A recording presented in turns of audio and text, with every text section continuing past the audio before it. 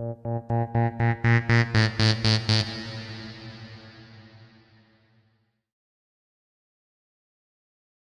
is a hell of a drug, but it ain't the only drug.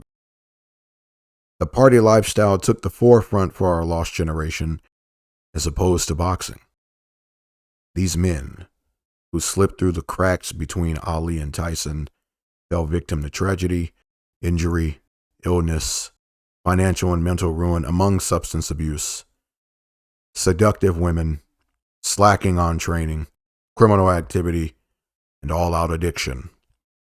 The 1980s featured more names of potential prominence than the 1970s and the 1990s, but only 3 of the large lot managed to actually stand out.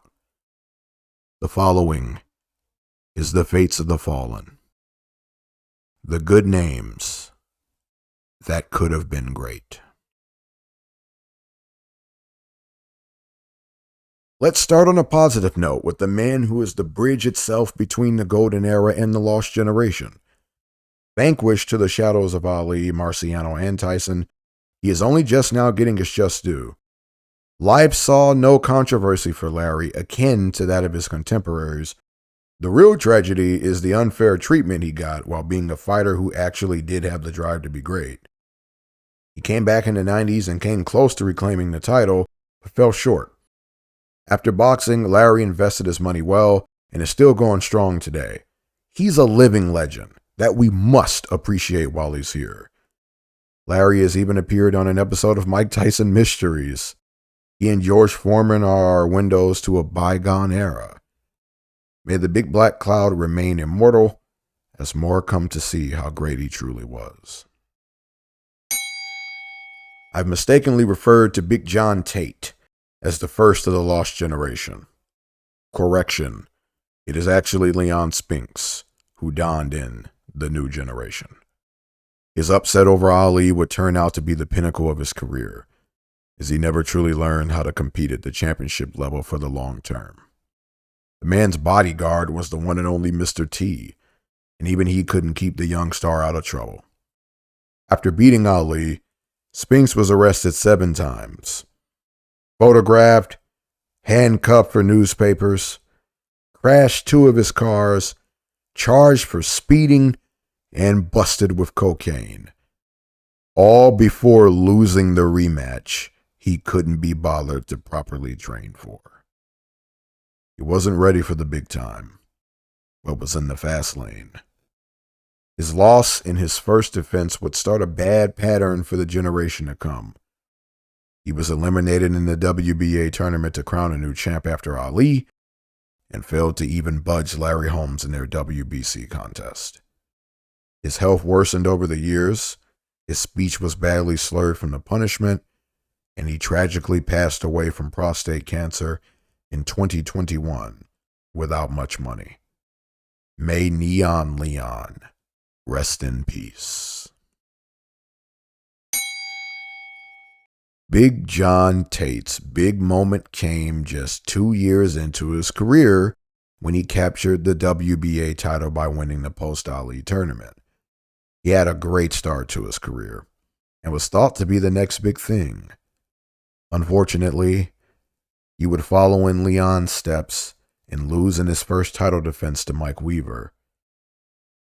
He had the fight won and just had to stay away, but stayed and paid late in the fight, being knocked out cold by Weaver. After being knocked out by Trevor Berbick, he never came close to the title again, and his life fell apart. By the time of his retirement, he was addicted to cocaine, broke as a joke, deserted by those he once held close, had sold off his assets, and was homeless. He was also in and out of jail. He was killed in a car crash on April 9th, 1998. Rest in peace to perhaps the biggest example of lost potential from the lost generation. Mike Weaver was built like a Greek god, but just a journeyman. Or so it seemed, as he had some flashes in the pen that made one rethink it all. He turned in good performances against worthy opponents, but lost to questionable opposition. His 1979 bout with Larry Holmes showcased how good he could be, and he must have noticed. As mentioned, he would go on to storm back and knock out John Tate in the final round of their 1980 bout after being behind on the cards. He broke the curse and defended his title twice before the controversial duology with Michael Dokes, in which he lost and failed to regain the belt. He failed to capture the WBC title against unbeaten Pinklon Thomas in 1985 and remained a measuring stick for the division up until his retirement in 2000. Another warrior who made the best of what he had, and he now lives a peaceful retirement life away from the bright lights. Keep on strong, champ. Mr. Ronaldo Snipes is mostly known for his 1981 battle with Larry Holmes, in which he dropped the champion before being stopped. He never became champion, but his brawls were very entertaining in the aftermath of the Holmes bout. He was up for a big money fight against Mike Tyson in 1990, but broke his hand and lost out. He retired in 1993, and today can be found raising funds for charity in New York. He is also big in the New York cigar lounge scene. The unfairly coined Great White Hope, a notion he openly shunned by stating the best boxer should be decided in the ring and not by skin color. What was equally unfair was how he was fast-tracked to a matchup with Larry Holmes when he wasn't ready yet. As with most, Jerry Cooney was a rising star who hit the wall far too hard, far too early. He beat three notable names from the Golden Age in Jimmy Young, Ron Lyle, and Ken Norton, earning him high marks and exposure in the boxing public. After losing in a valiant effort to Holmes, whom he became friends with after the racially promoted match, Cooney only fought 5 more times. One a stoppage loss to Michael Spinks and another a knockout at the hands of the resurging Big George Foreman, which would be his final fight. In retirement, Jerry founded the Fighters Initiative for Support and Training, which helps retired fighters find work. He's also involved in boxing unions, promotion, and advocates against domestic violence. Today, he lives in peace with his family. Glad to see another warrior turned out all right, and may he continue prospering. Randall Tex Cobb. A man of many interests ranging from boxing to kickboxing to acting, all of which he did well enough in throughout the 80s. He scrapped with notable names, the most notable being his 1982 title bout against Larry Holmes, in which Larry almost broke his fist on Cobb's face. He fought to mixed results against other names like Ernie Shavers, Ken Norton, and Jimmy Young. At one point, he had a 20-fight undefeated streak against average opposition. Randall retired in 1993.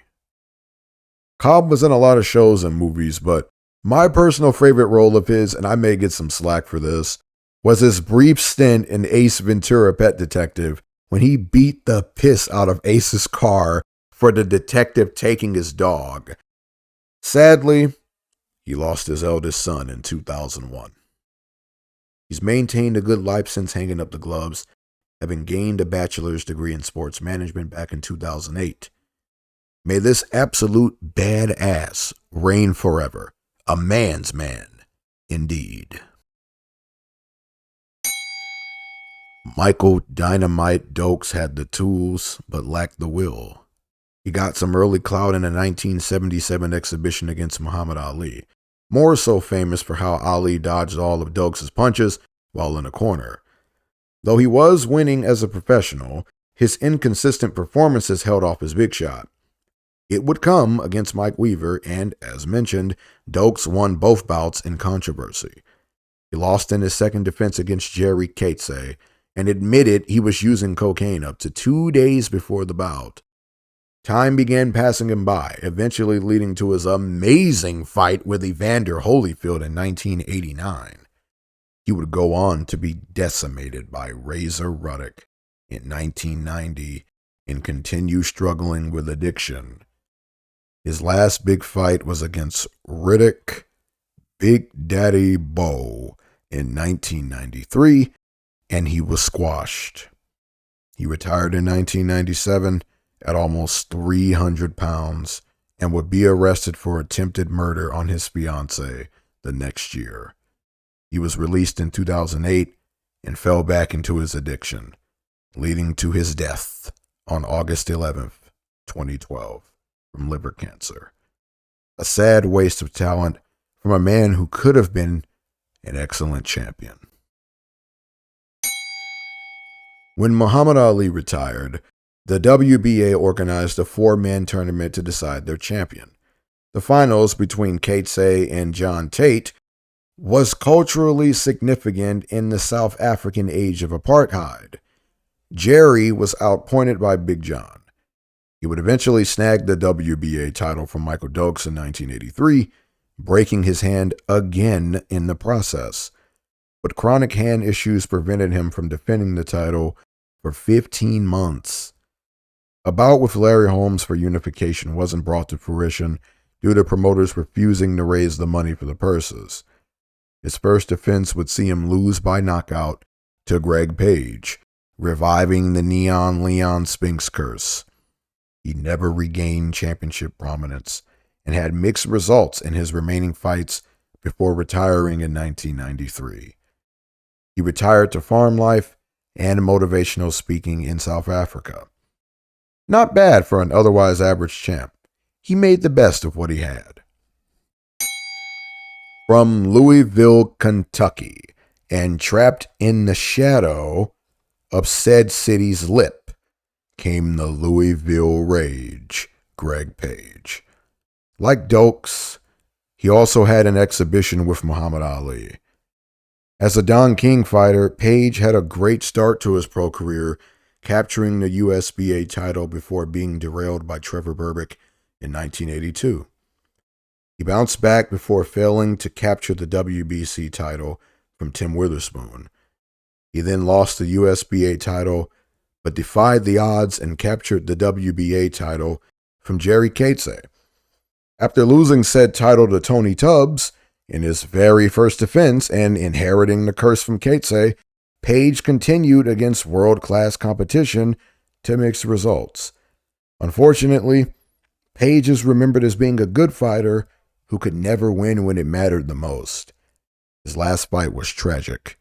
He was dropped and received no medical attention as the bleeding on his brain grew. He suffered a stroke after complications from surgery on the brain injury, which left him paralyzed. He died on April 27, 2009, from suffocation after a fall out of his bed. Rest in peace, champ, and if only we'd seen the realization of his potential. He was no joke when at his best. England Thomas beat his addiction to heroin before his career began at the age of 20, but remained plagued by cocaine. Like all the rest, he had a red-hot start to his career, capturing the WBC title from Tim Witherspoon in 1984. He made one defense against Mike Weaver before Trevor Berbick took his title and momentum. In 1987, Thomas challenged the growing supernova, Mike Tyson, and was knocked down the only time in his career. He rose from the knockdown, but the fight was waved off. His next big date was a stoppage loss to the new heavyweight on the block, Evander Holyfield, in which Angelo Dundee would leave his camp after.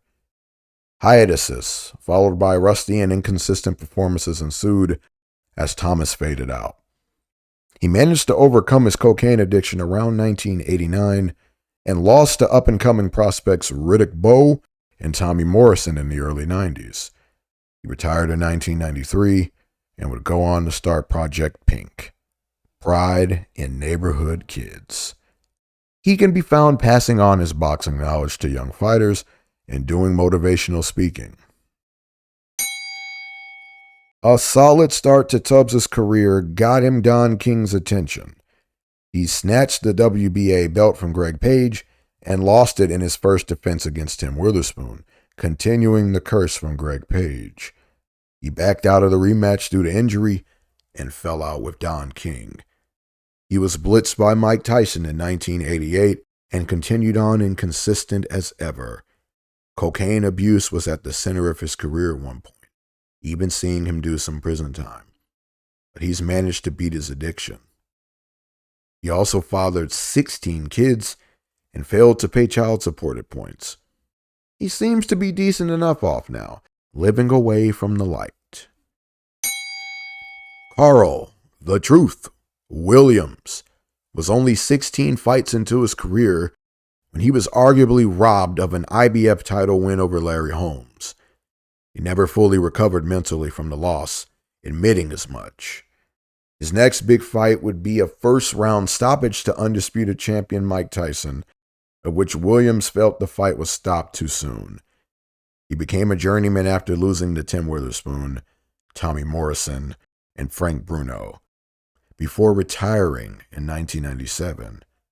I skimmed his career, but Carl was a darn good boxer with size and skill. It was his chin that derailed him. He got his nickname because of how he made others believers in him. There's also an Easter egg of sorts I'd like to bring to your attention, but that'll be in a later video all about Carl, the Truth, Williams' curse. Carl lost his daughter to leukemia when she was just 12. He worked as a security guard before his death in 2013 from throat cancer. May the Truth rest in peace. A good start for young Witherspoon led to him catching Don King's eye, which led to his unsuccessful challenging of Larry Holmes. Some believe Tim won that fight, but his time in the championship picture was just beginning. Greg Page's Don King troubles led to Tim's WBC title reign, of which Witherspoon would then have his own war with King. He dropped the title and went on to win the WBA title, losing it at his lowest point under Don King. He never got another title shot after suing and parting ways with King. He retired in 2003 to training other boxers, including his own son. Terrible Tim also remains active in online boxing communities today. You can catch him in forums and even leaving comments on YouTube videos. Keep on strong, champ, and congratulations on beating the King in court. The light heavyweight master turned heavyweight champ is the second of the success stories here. His stellar resume has been overshadowed by his being retired by Mike Tyson. Regardless, he doesn't seem to mind, as he's retained his health and fortune while living a reserved life away from the limelight. He visits schools to inspire kids occasionally. A nice turnaround from the fate of his brother. Live on strong, champ. Jesse Ferguson turned pro at the age of 25 and spent the 80s as a journeyman after being stopped by Mike Tyson. His big moment came when he upset Ray Mercer in the early 90s, earning a shot against unified champion Riddick Bowe. He was swiftly beaten by the champion. The ups and downs continued for the rest of his career until he retired in 1999. He tried comebacks after, but nothing materialized, and he felt blackballed. He's living a peaceful life now away from the madness, and may continue to do so. Watch out for the boogeyman. James Tillis worked toward a 1981 title bout against Mike Weaver, but ultimately fell short. His glaring stamina issue kept him from success until it was apparently squared away before his bout against Mike Tyson in 1986. He gave Iron Mike a tough fight, but fizzles from here as he continued to fall short. He retired in 2001 and continued his acting career. He remains an honored son of his home state, Oklahoma. Mitch Green spent the majority of his career fighting for higher pay, most notably against Don King. His feud with Mike Tyson was in and out of the ring, providing some good drama. He retired in 2005, and the Tyson drama remains a sour subject for him. He and a fan struck up an unlikely friendship that has lasted to this day. Quite heartwarming. Reggie Gross is most known for the one round of excitement against Mike Tyson, in which Tyson put on a dodging show before flooring him. Trumping anything he did in boxing, however, are the 3 murders he committed, which have landed him in prison for life. Marvis Frazier, the son of Smokin' Joe, was known most for his losses to the two best fighters of the 80s in Holmes and Tyson. In that regard, he is just like his father, as Joe only lost to Ali and Foreman, the two best of his time. Marvis retired in 1988 to become an ordained minister. A packed resume against the best of the 80s and 90s, but unfortunately, Jose Ribalta lost most of these affairs. Him almost taking Mike Tyson the distance is what we most remember, and Mike himself gave Ribalta the honor of being the strongest man he faced with the best chin. Ribalta alleges that Don King blocked the 1990 rematch in Tokyo, instead granting it to Buster Douglas, and we know what happened on that night. Seems he continued chasing Tyson's ghost, as he expected to be Mike's 2020 opponent over Roy Jones Jr. He's alive and well today, working as a security guard. The Great Derailer himself. He is the only man who fought Ali, Holmes, and Tyson. I refer to Trevor Berbick as the Great Derailer because of his timely wins over John Tate, Greg Page, Mitch Green, and Pinklin Thomas. He also took champion Larry Holmes the distance in a bad blood feud that lasted another 10 years, culminating in the dropkick. After the Tyson loss, he fizzled and made little more noise in the ring until retiring in 2000 due to a blood clot in his brain. He was a preacher outside of the ring and also trained fighters. In 1992, he was convicted of raping his kid's babysitter. On October 28, 2006, he was murdered by his own nephew over land disputes. After turning pro at 28 and losing his first fight, James Bone Crusher Smith rebounded well en route to becoming a champion. His upset of Tim Witherspoon led to the Mike Tyson fight, in which Bone Crusher held Tyson the distance. It was the end of his prominence, as he floated around the division until retiring in 1999. He's an ordained minister and has done much to give back to the sport in his life quest to keep kids away from drugs and aid impoverished fighters. Keep up the great work, champ. Obviously, James Buster Douglas had his moment in 1990 against Mike Tyson, but he was a contender in the 80s beforehand. Though largely inconsistent, Douglas was formidable at his best and strung together some good wins at the end of the 80s to earn a shot at Iron Mike. He also had a great title fight against Tony Tucker, of which he would come up short. He lost the undisputed title he won from Tyson in his first defense to Evander Holyfield and spiraled. After reaching almost 400 pounds near death, he rebounded to return to boxing as a journeyman before retiring in 1999. Nowadays, he's back home in Columbus, Ohio, helping young fighters in the same gym he came up in. He'll forever be known for executing the biggest upset in sports history. The measuring stick, Tony Tucker, was undefeated until his admirable championship fight against Mike Tyson. After said bout, he got caught up in drugs, but managed to rebound well until losing to Lennox Lewis 6 years later in a title bout. He got one more shot against Bruce Seldon, but fell short. He fizzled out until retiring in 1998. Not much is known regarding what he's up to in 2022, but I read an interview from 2008 in which Tucker said he trains boxers at a boys' club in his bid to give back. Tyrell Biggs won Olympic gold and did well in the pros until running into the invincible Mike Tyson. His entire career and life since turning pro has been plagued with fighting off addiction to drugs and alcohol. He's clean now and teaching boxing to kids.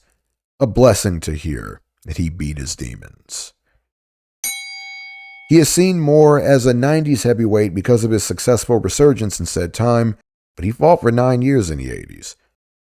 Perhaps if it weren't for Mike Tyson's existence, he may have become a legit champion in the 80s.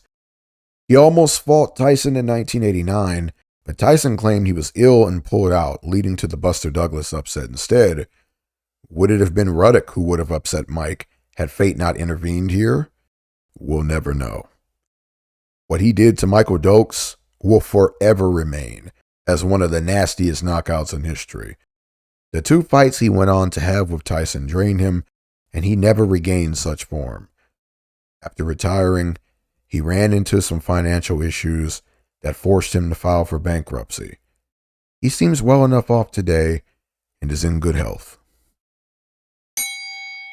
Lastly, we have the man who ended the Lost Generation and unfortunately suffered as its last victim, Mike Tyson.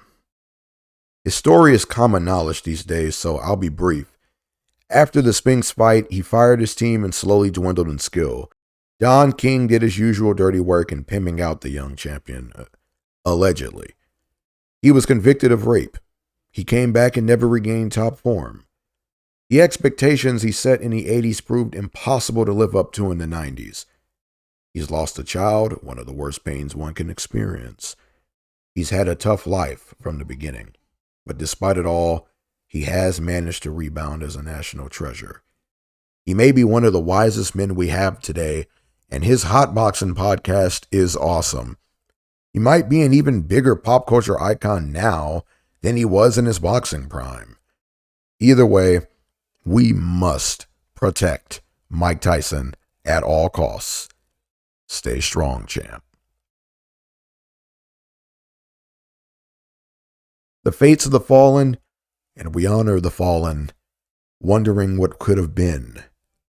I'd like to extend a shout to the British crop of Lost Generation fighters, of whom will receive their own video. We can only hope and pray that there will never be another generation that falls under the same curses. May all affected by the events surrounding these gentlemen either find or rest in peace. See you next week for the conclusion, as we see how the events of the Lost Generation shaped the coming Silver Age of the 90s.